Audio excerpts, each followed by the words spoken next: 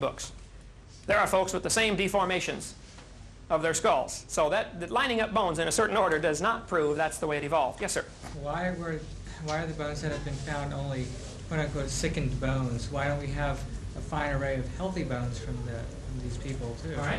Here is some charts that I photocopied from this book of the different so-called, like for instance, Homo erectus, Homo habilis, and the dates that they were assigned. You got to understand, there is a preconceived idea that is very well established called the geologic column, the time scale by the evolutionist. You know, so certain things happen, and it's a preconceived idea. And if a fossil is found, it must fit into that pattern, or the time is rejected.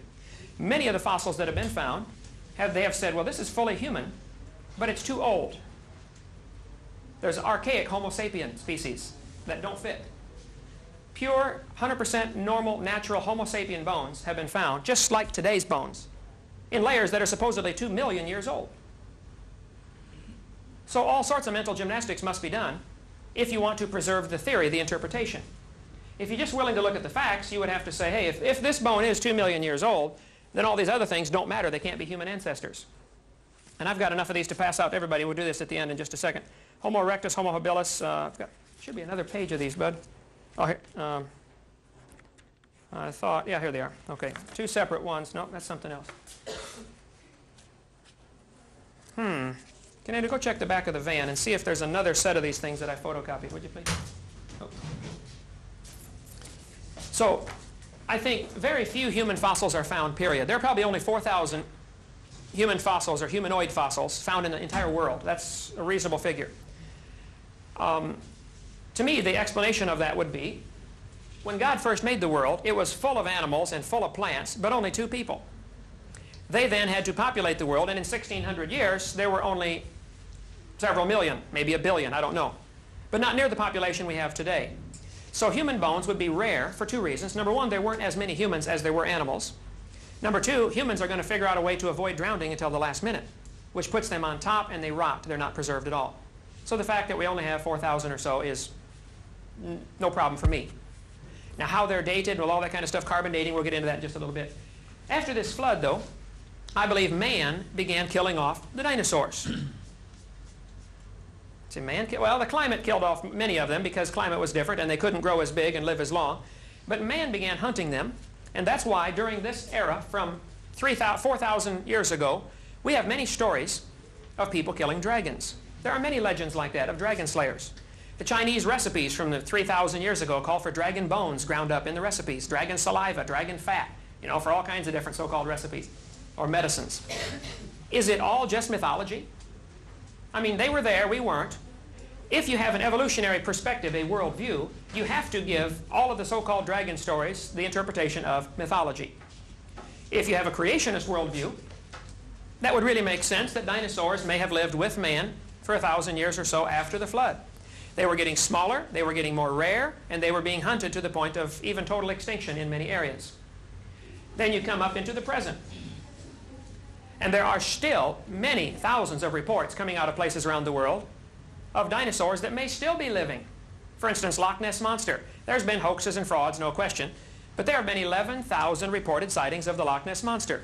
And if you show this dinosaur, a plesiosaurus, to anybody who has seen the Loch Ness Monster, they will say, that's it. That's what I saw right there. Well, now, there's no question. Some may be trying to get tourist dollars over there in, Scotland and all that. I've not been there. I do have a map of Loch Ness right here from Scotland with some of the pictures that have been taken of the Loch Ness Monster and an underwater topography of the area. The lake is 900 to 1,000 feet deep. And there have been some very reputable people with nothing to gain but ridicule who have said, I have seen it. So I have spent many years, not out there, bud? I have spent many years collecting data, believe it or not, on dinosaurs that may still be alive. Now, they're not nearly as big, and they're certainly not anywhere in Pensacola, Florida, that I know of. It's not like they're all over the world. But you really can't prove the extinction of anything. And think about that for a minute. You can't prove anything is extinct, because you cannot be all places at all times to examine the whole world simultaneously. There are some who are saying there may be a few dodo birds left on some of these Pacific islands. I don't know. They haven't been seen in 300 years, but how can you prove there aren't any? So proving extinction is an impossible thing to do. There are those who are saying that there could be a few dinosaurs still left. if you watch programs like Unsolved Mysteries or Sightings or things like that, you see some awfully bizarre things on there that don't make sense if you have this worldview. Because you've already been taught dinosaurs died out 70 million years ago. Don't dare question that or you'll be excommunicated from the temples of higher learning, you know? Yes? Well, I'm detecting a little bit of a straw man here, because if this so-called evolutionist view isn't half as solid as you're making it out to be, there's a big argument now whether or not dinosaurs were warm or cold-blooded, and there's no bird fossils at all. There's only 3 Archaeopteryx fossils in the whole world. Nothing else even looks like a bird. They're real willing to talk about what's the problem with it. And I don't see this monolithic view held by the evolutionists at all. I mean, I just got done going through 6 books on early man for a paper on the Piltdown hoax, and these guys can't agree on a homo habilis at all. There's no view out there that's saying, yes, it's this way, yes, they did this. They're real flexible on that. I think it's kind of who you talk to, but I sure don't detect this evolutionist monolith out there that's has to be, that they're all got this view, because they know. One way or the other. Yeah. Okay, that's a good point. But see, what I'm concerned about, I guess, as a high school teacher, is what is in our grade school and junior high and high school textbooks. I assure you, in those books, it is a monolithic worldview. This is the way it happened, boys and girls. It is presented as if it is a fact. There is no other alternatives offered. Sure. So at a college level, you may have a good point. But at a junior high, high school level, it is a monolithic worldview. This is the way it happened. And so I object to that. I think the teaching of evolution is largely religious, not scientific. Now, we must define our terms. Evolution. I have Webster's Dictionary's definition of evolution. Okay? Webster's Collegiate Dictionary, 2nd College Edition, 1986. Evolution, I'm just going to read part of it here, and you're welcome to look it up for yourself. A development of a species, organism, or organ from its original or primitive state to its present or specialized state, phylogeny or ontogeny. The theory, now generally accepted, that all species of plants and animals develop from earlier forms of hereditary transmission of slight variations of successive generations. Well, actually, this is, I think, a little deceitful, because what is taught in our textbooks is more than just the idea that parents may have children that are different than the parents a little bit. That would be classified, in my view, as microevolution. There is evolution in that sense as far as variations. I have 3 children, they're all very different. If a couple has 10 children, they're all going to be very different. And your grandkids will be even more different. But that's not really evolution. That's where we need to define the term, I guess, and I should have done this earlier. Micro and macro.